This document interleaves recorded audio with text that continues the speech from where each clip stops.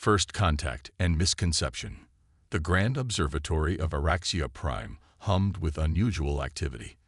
Luminescent holographic displays that normally projected the serene dance of stellar formations now flickered with urgent data streams as senior scientists gathered around the central projection well. High Counselor Ilara Tuveri, her silvery skin reflecting the pulsing emergency lights, glided across the polished floor. Her 4 eyes, evolved to track minute changes in stellar radiation, narrowed as she approached the agitated group. "Show me," she commanded, her resonant voice cutting through the murmurs. The projection well shimmered and revealed a vessel unlike any the Araxians had encountered in their 15 millennia of peaceful space exploration. Angular and dark, with harsh geometric lines and protruding structures that seemed to serve no scientific purpose, the ship hung against the backdrop of stars near the outer boundary of Araxian territory. "It appeared 3 cycles ago," explained Science Director Zevin, his neural crest fluttering with agitation. "It matches no known configuration in our database of the 76 spacefaring species within the Galactic Concord." Ilara studied the projection. The vessel's hull featured what appeared to be weapon emplacements, armor plating, and defensive shields, concepts the Araxians understood only theoretically from their historical archives. "Have they responded to communication attempts?" she asked. "Not in any way we recognize," Zevin replied. "They transmit structured data bursts that our systems cannot interpret. Our attempts to establish empathic communion have been rejected." "Rejected?" Elder Nix's neural filaments twisted with surprise. "How can a sentient mind reject communion?" "It's as if they've built walls around their thoughts," Zevin said, his voice tinged with unease. "Like nothing we've encountered before." Defense Coordinator Thelak approached the well, his usually serene demeanor disturbed. "Look at the structural design," he said, gesturing with a 6-fingered hand. "These aren't exploratory or scientific vessels. The entire composition suggests extreme durability.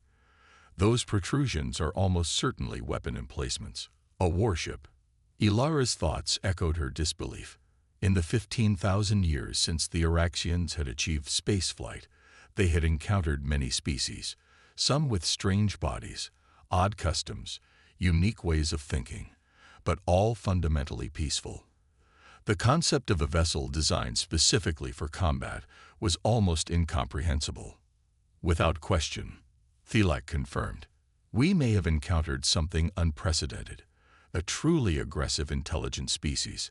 A collective wave of anxiety rippled through the gathered scientists. The Araxians, with their empathic abilities and cooperative evolution, had never needed to develop weapons. Their defense systems were designed to protect against stellar phenomena and space debris, not organized attack.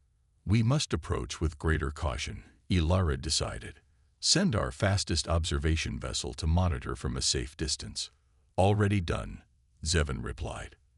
"They report the vessel is moving slowly toward the Lumina system." Elder Nix, who had been analyzing data streams, joined the conversation. "The Lumina system contains our largest research outpost. 30,000 Araxians live and work there." The room grew tense as the implications settled over the gathering.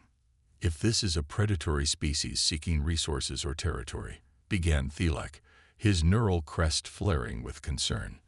"We must not jump to conclusions," Ilara interrupted. "There could be many reasons for their course. Perhaps they are simply curious. Perhaps they seek knowledge or peaceful exchange.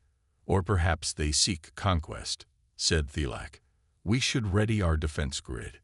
Zevin looked uncomfortable.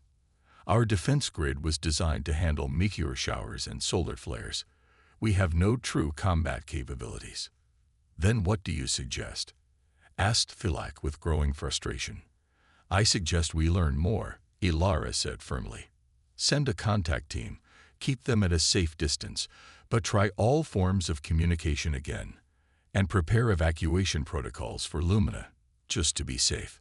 2 cycles later, Science Officer Terry stood on the bridge of the contact vessel's Seeker of Understanding, as it maintained position at what they hoped was a respectful distance from the massive alien ship. The vessel was even more imposing up close. Its hull was made of some dark composite that seemed to swallow light, and strange energy signatures pulsed from vents along its spine. "Any response to our latest transmission?" Terry asked the communication specialist beside her. "Nothing we can interpret," they replied. "But there is something new. They're sending the same pattern of signals repeatedly. It could be an attempt to establish a communication baseline." Terry nodded. "Keep sending our welcome message on all frequencies and the empathic probes." Still nothing. It's as if their minds are shielded somehow. I've never encountered anything like it. Terry was about to respond when the ship's proximity alert sounded. "What's happening?" "The alien vessel has launched several smaller craft," reported the sensor operator, their voice tinged with alarm. "They're moving in a pattern around their main ship." Terry watched as the small alien craft moved with astonishing precision, forming a perfect defensive formation around their mothership. The display of coordination and technology was both beautiful and terrifying. "Are they preparing to attack?" asked the pilot nervously.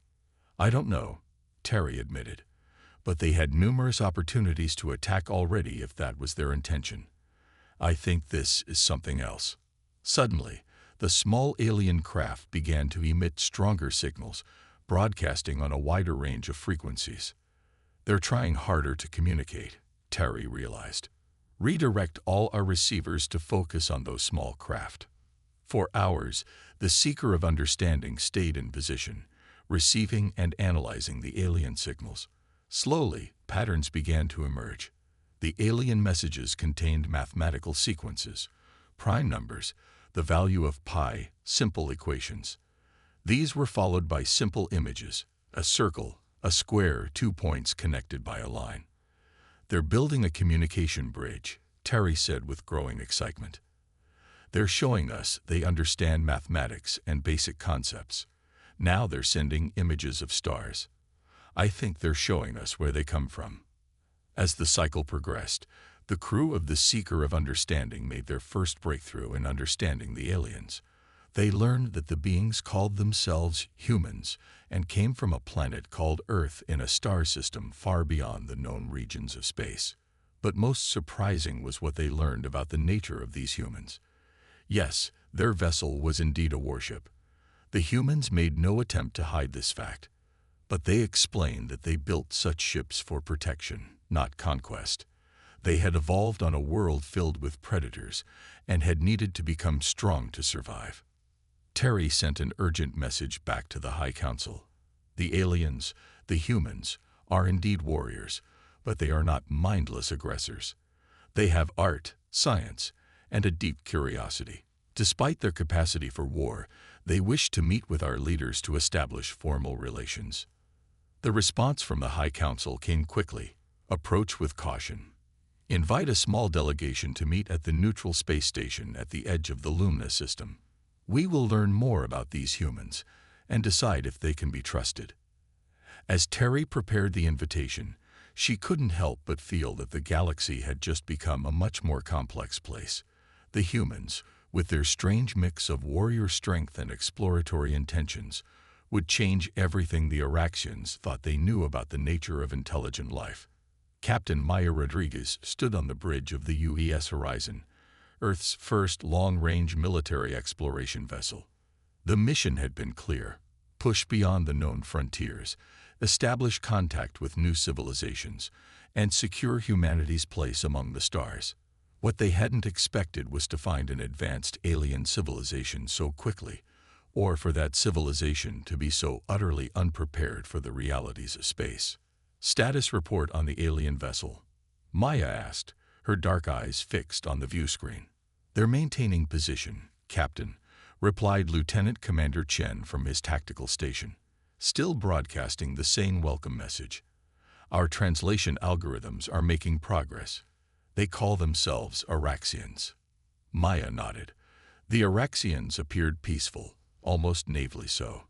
Their ships had virtually no defensive capabilities, and their communication attempts included what seemed to be unfiltered access to their thoughts and emotions, a form of telepathic communion that the ship's AI had flagged as a potential security risk. "The shuttle is ready for the diplomatic mission, Captain," reported Commander Okonkwo, her first officer. "Ambassador Lai is standing by." Maya was about to respond when the tactical station erupted with urgent alerts. "Captain." Chen's voice was sharp with alarm. "Multiple contacts emerging from subspace. Not Araxian. Completely different energy signatures." The view screen shifted to show a swarm of organic-looking vessels, materializing from what appeared to be tiers in the fabric of space.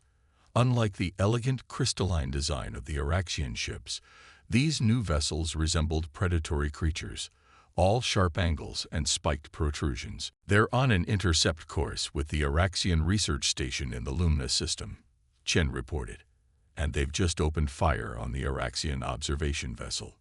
Maya's decision was instantaneous. Battle stations. Move to protect the Araxian vessel. Launch defensive interceptors and power up main weapons. Open a direct channel to the Araxian High Council. As alarm klaxons sounded throughout the horizon, Maya realized that first contact had just become significantly more complicated. The Araxians were about to discover exactly what a human warship was capable of, and why sometimes being prepared for war was the only way to preserve peace. Alliance forged in battle. The Araxian High Council chamber erupted in chaos as the emergency transmission cut off abruptly. The holographic projection of Science Officer Terry had dissolved into static just as massive organic-looking vessels tore through subspace behind her. "The Seeker of Understanding has gone silent," Defense Coordinator Thelak reported, his voice tight with restrained panic. "Last telemetry shows their shields failing under concentrated weapons fire." High Counselor Ilara's four eyes darted between the tactical displays showing the unfolding disaster. "What are those ships? Who's attacking us?" "Unknown species," Zeven said grimly. "But the attack pattern matches historical records of the Vexcar horde. Supposedly extinct predatory species from the Outer Rim. They were thought to be eradicated millennia ago after consuming 3 star systems. We have 30,000 civilians in the Lumina system," Elder Nix reminded them, neural filaments trembling. "Our research station has minimal defenses. If these are truly the Vexcar, begin immediate evacuation," Ilara commanded. "Send all available ships. How much time do we have?" Thelak's response was cut short by a new transmission. The projection well flickered and revealed the face of a human, dark-skinned with short black hair and determined eyes. "This is Captain Maya Rodriguez of the United Earth Ship Horizon," the human said, her voice clear and steady. "We are moving to intercept the hostile forces. Your observation vessel has been recovered with survivors aboard. We recommend immediate evacuation of your Lumina research station." Ilara stepped forward. "Captain Rodriguez, I am High Counselor Ilara of the Araxian Concord. These attackers, do you know what they are?" "We're calling them Vexcar based on your historical records that we accessed," Maya replied, her image briefly distorted as her ship apparently maneuvered. "They match no known species in our database. Their technology appears to be a hybrid of organic and mechanical components. They're heavily armed and show no interest in communication. Our evacuation ships will take hours to reach Lumina." Thelak interjected. "We have no defense against such an aggressor." Maya's expression hardened. "Then it's fortunate you have us. The Horizon was built for exactly this scenario. We'll buy you time for your evacuation." "Captain," Ilara said hesitantly, "your vessel is impressive, but there are dozens of Vexcar ships. How can you possibly?" The transmission shuddered as Maya turned to respond to someone off-screen. "They're launching another wave. We're engaging now." Rodriguez out. The projection shifted to a tactical view of the Lumina system. What the Araxians witnessed next would forever change their understanding of the universe. The human vessel, which had seemed so menacing upon first contact, now unleashed its true purpose. The Horizon accelerated to speeds the Araxians had thought impossible for a ship that size, maneuvering with incredible precision. Squadrons of smaller craft erupted from launch bays, forming complex attack patterns that seemed to anticipate the Vexcar movements. When the first weapons fire erupted from the horizon, the council chamber fell silent in collective shock. Precisely targeted energy beams sliced through the Vexcar vessel's organic hulls. Missiles containing what appeared to be micro-singularities collapsed entire enemy ships into twisted masses of matter. "By the first light," whispered Elder Nix, "they really are warriors." As the battle unfolded, the tactical genius of the humans became clear. The horizon positioned itself between the advancing Vexcar and the vulnerable research station, creating a defensive perimeter that the attackers couldn't penetrate. Each time the Vexcar adapted their attack pattern, the humans responded with a new tactic. "They're communicating with our evacuation ships," Zevin reported with wonder, "providing tactical guidance, optimal escape vectors. They're protecting us." Thelak studied the battle with professional appreciation. "Look at how they fight. They're not just reacting. They predicted the Vexcar strategies. They understand warfare on a fundamental level. Because they evolved with it," Ilara realized. "What we saw as a frightening aberration is their greatest strength." The Vexcar, clearly not expecting such resistance, regrouped and concentrated their attack on the horizon. The human vessel took multiple hits, its shields flaring brilliantly with each impact. "Their shields are failing," Thelak noted with growing concern. "They can't sustain this defense alone." Ilara made a decision that would later be recorded as the turning point in Araxian history. "Direct all our evacuation ships with energy manipulation capabilities to coordinate with the human vessel. If they can fight, so can we." The Araxian ships, though not designed for combat, possessed advanced energy manipulation technology used for stellar research. Under the tactical guidance of the human commanders, these ships now turned their scientific instruments into makeshift weapons. Gravitational lenses designed to study black holes became disruptive force projectors. Solar observation arrays channeled focused energy beams. Captain Rodriguez's voice came through again, surprise evident. "Araxian vessels, we're receiving your support. Coordinate with our tactical officer and focus on the targets we designate." What followed was a dance of improvised warfare unlike anything seen in the galaxy before. The humans provided the tactical framework and combat expertise, while the Araxians contributed their advanced scientific technology and precise energy manipulation. The Vexcar, facing this unexpected alliance, found their numerical advantage neutralized. The battle reached its climax when the horizon, despite severe damage to its outer hull, executed a daring maneuver directly into the heart of the Vexcar formation. For a moment, the Council feared the humans had sacrificed themselves, until a massive energy surge erupted from the horizon's core, generating a controlled subspace disruption that shattered the Vexcar command structure. Deprived of central coordination, the remaining Vexcar vessels fell into disarray. Some fled back through subspace, while others were systematically disabled by the combined human-Araxian forces. 3 cycles later, Captain Maya Rodriguez stood in the Araxian High Council chamber, the first human to set foot on Araxia Prime. Despite her formal diplomatic attire, she moved with the confident bearing of a warrior, the lingering evidence of minor injuries only enhancing her presence. "The Vexcar have been driven back," she reported, "but our intelligence suggests they're merely regrouping." This was an exploratory force, a prelude to a larger invasion. "How can you be certain?" asked Elder Nix. "Because it's what we would do," Maya replied simply.